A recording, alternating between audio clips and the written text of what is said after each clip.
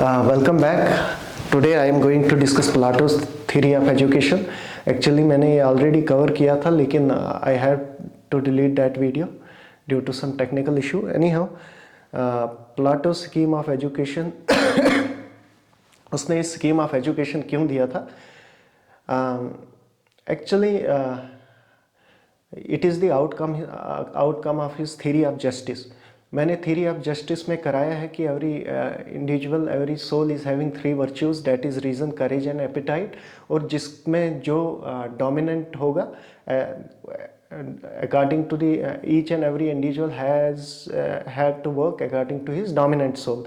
For example, अगर person A में 80% reason होगा, 80% करेज होगा और 80% रीज़न होगा, 10% करेज होगा और 10% एपेटाइट होगा, क्योंकि उसमें रीज़न ज़्यादा है, 80% है, उसको रूल करना चाहिए. इन दी सेम में अगर पर्सन बी में 10% रीज़न होगा, 80% करेज होगा, तो 10% फिर से एपेटाइट होगा. उसके पास सबसे ज़्यादा करेज है तो उसको सोल्जर क्लास में जाना चाहिए. तो anyhow Plato scheme of education जो है वो नेचुरल आउटकम है थ्योरी ऑफ जस्टिस का. क्यों? क्योंकि ये देखना चाहता था किसमें कौन सा वर्च्यू ज़्यादा है. फॉर एग्जांपल रीज़न का वर्च्यू किसमें ज़्यादा है, करेज का वर्च्यू किसमें ज़्यादा है, एपेटाइट का वर्च्यू किसमें ज़्यादा है, वो देखने के लिए इसने एक करिकुलम फ्रेम किया था. और उस करिकुलम में एग्ज़ाम्स होते थे जो मतलब कुछ पड़ाव पास, जो तीनों पड़ाव पास करता था वो फिलासफर किंग बनता था. जो पहले ही पड़ाव में रह जाता था वो प्रोड्यूसर क्लास ज्वाइन करता था, और जो दूसरा पड़ाव में रह जाता था वो सोल्जर क्लास ज्वाइन करता था, और जो दूसरा पड़ाव पार करके तीसरे पड़ाव में घुस जाता था वो क्या बनता था, वो फिलासफर किंग बनता था.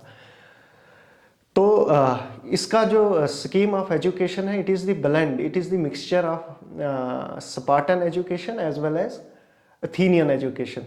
एक्चुअली क्या था, in Sparta education was under the control of state. So Athens में ऐसा कुछ नहीं था. अथेंस में जो था एजुकेशन स्टेट के हाथ में नहीं था. वहाँ पे सोफिस्ट का ज़्यादा डोमिनेंसी थी, और वो जो फी पे कर पाते थे उन्हीं को एजुकेशन दिया जाता. मतलब education was in private hands.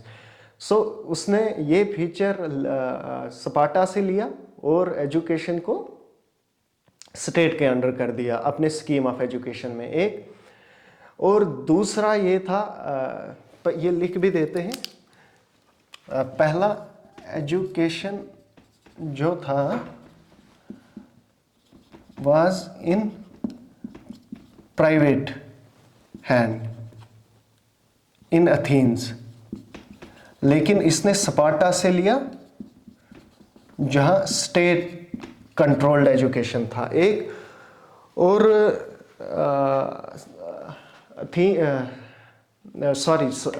Athens में सेंसरशिप नहीं था एजुकेशन पे, नो कंट्रोल, स्टेट का कोई भी अमल दखल नहीं था, स्टेट कंट्रोल्ड एजुकेशन नहीं था.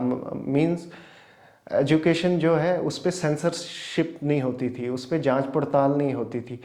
और स्पार्टा में जो था, स्पार्टा में सेंसरशिप थी एजुकेशन को, censorship of education, censorship of education, ये भी इसने स्पार्टा से लिया, जबकि एथेंस में ये फीचर लैग करता था.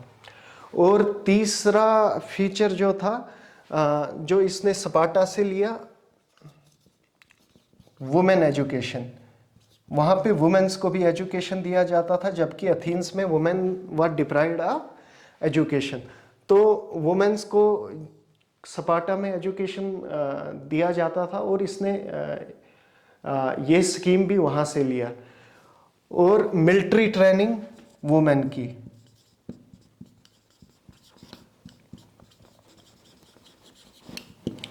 मिलिट्री ट्रेनिंग जो वुमेन को दी जाती थी वो भी इसने कहाँ से लिया, स्पार्टा से लिया, जबकि एथेंस में ये चीज़ें लैग करती थी। और फिर एथेंस से क्या लिया, सॉरी, एथेंस से इसने जो इंटेलेक्चुअल एक्सरसाइज, माइंड की जो इंटेलेक्चुअल एक्सरसाइज होती थी माइंड की, वो एथेंस में होती थी। क्यों? वहाँ रैशनली इंसान को डेवलप किया जाता था, वहाँ पे रैशनल एजुकेशन दिया जाता था, क्योंकि वहाँ पे लॉजिक, मैथमेटिक्स वगैरह वगैरह ये चीज़ें कराई जाती थी, जिससे इंसान रैशनली डेवलप होता था। ये चीज़ उसने एथेंस से ली थी और अपने सिस्टम ऑफ एजुकेशन में डाला था। अब इसका जो इसकी जो थ्योरी ऑफ एजुकेशन है वो 50 साल तक, मतलब टोटल 50 इयर्स तक चलती थी। एक फर्स्ट स्टेज था, फिर सेकंड स्टेज था और उसके बाद थर्ड स्टेज था। फर्स्ट स्टेज था 0 से 18 साल तक और 18 से 20, सेकंड स्टेज 20 से 35 साल तक और थर्ड स्टेज 35 से 50 साल तक चलता था। फर्स्ट स्टेज में मतलब 2 स्टेजें थी, 0 से 18 में फर्दर 2 स्टेजें थी, मतलब प्री प्राइमरी और प्राइमरी लेवल पे। प्री प्राइमरी में क्या होता था, 0 से 6 साल तक क्या क्या चीज़ें पढ़ाई जाती थी बच्चों को, एक music, gymnastic and moral stories. Music का मतलब यहाँ ये हुआ, म्यूज़िक जो हम समझते हैं, एक तो वो हुआ, दूसरा इसमें लिटरेचर, ये थोड़े ब्रॉडर टर्म्स हैं, लिटरेचर भी इसमें आता था और पोइट्री वगैरह वगैरह ये चीज़ें पढ़ाई जाती थी म्यूज़िक के अंदर। और जिम्नास्टिक में क्या आता था, जिम्नास्टिक में डाइट, मेडिसन वगैरह ये चीज़ें जिम्नास्टिक में आती थी। तो अब म्यूज़िक से क्या होता था, मतलब लिटरेचर पढ़ाया जाता था, पोइट्री वगैरह, तो उससे इंसान का मेंटल जो है, मेंटली वो डेवलप हो जाता था। और जिम्नास्टिक से क्या होता था, फिजिकली डेवलप होता था। मतलब इसका स्कीम ऑफ एजुकेशन था जो मेंटली भी इंसान को डेवलप करता था और फिजिकली भी डेवलप करता था और मॉरल स्टोरीज से मॉरली भी डेवलप करता था। मतलब तीनों चीज़ें, फिजिकल, मेंटल, मॉरल, तीनों वे से डेवलप करता था। और उसके बाद 6 से 18 से ऑल जनरल सब्जेक्ट्स पढ़ाए जाते थे। मतलब थोड़े अपग्रेडेड वर्जन्स थे, जनरल सब्जेक्ट पढ़ाए जाते थे। All general subjects were taught from 6 to 18 years. और उसके बाद 18 साल में क्या होता था, 18 साल में फर्स्ट स्क्रीनिंग टेस्ट होता था। कंपलसरी मिलिट्री ट्रेनिंग दी जाती थी, कंपलसरी मिलिट्री ट्रेनिंग दी जाती थी, फर्स्ट स्क्रीनिंग टेस्ट होता था। वहाँ पे ये देखा जाता था, those who are in a capacity to for further education, उसको भेज दिया जाता था। जो यहाँ पे रह जाते थे, इसका जो ये कंपलसरी मिलिट्री ट्रेनिंग में फेल हो जाते थे, वो प्रोड्यूसर क्लास में चले जाते थे। ये नहीं कि वो बिजनेस क्लास में चले जाते थे। वो जब बिजनेस क्लास में जाते थे, आज के दौर का MBA, यानी कि वो फिर उनको फर्दर ट्रेनिंग के लिए भेज दिया जाता था। आपने मतलब बिजनेस कैसे संभालना है या प्रोड्यूस कैसे करना है, ये कहाँ पे होता था, 18 साल में। 18 साल में क्या होता था, फर्स्ट स्क्रीनिंग टेस्ट होता था। जो मिलिट्री ट्रेनिंग लेने के काबिल थे उनको वहाँ भेज दिया जाता था, जो फेल हो जाते थे उनको प्रोड्यूसर क्लास में डाल दिया जाता था। फिर उसके बाद 20 साल में सेकंड स्क्रीनिंग टेस्ट होता था। और यहाँ क्या देखा जाता था, मतलब जो दोज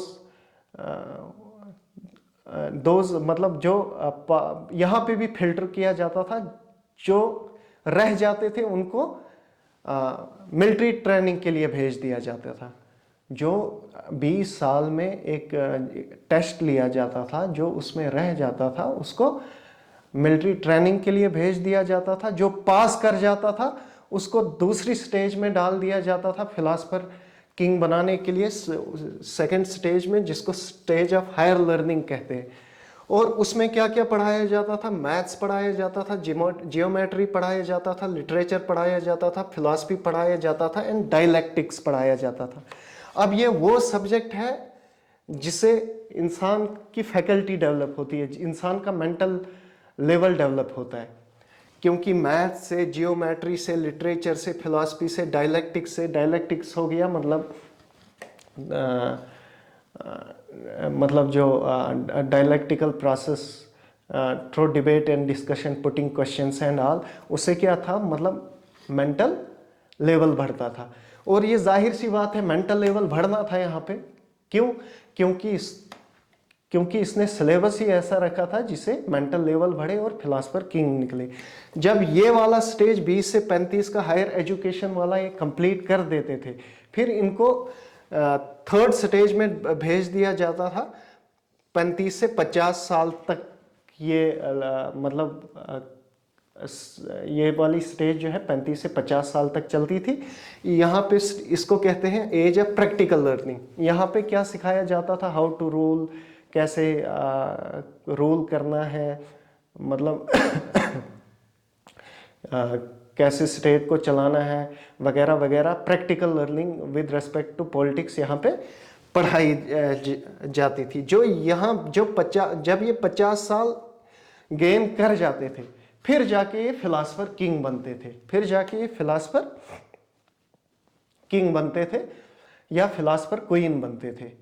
और जब ये फिलासफर किंग या क्वीन बनते थे, मतलब band of philosopher king and queen बन के निकल आते थे 40, 50, 60, 100। अब सवाल ये है कि 50-100 फिलासफर किंग बन के जब निकलते थे, अब रूल कौन करेगा उनमें? वहाँ प्लाटो कहता है रूल कौन, हु शुड रूल नाउ?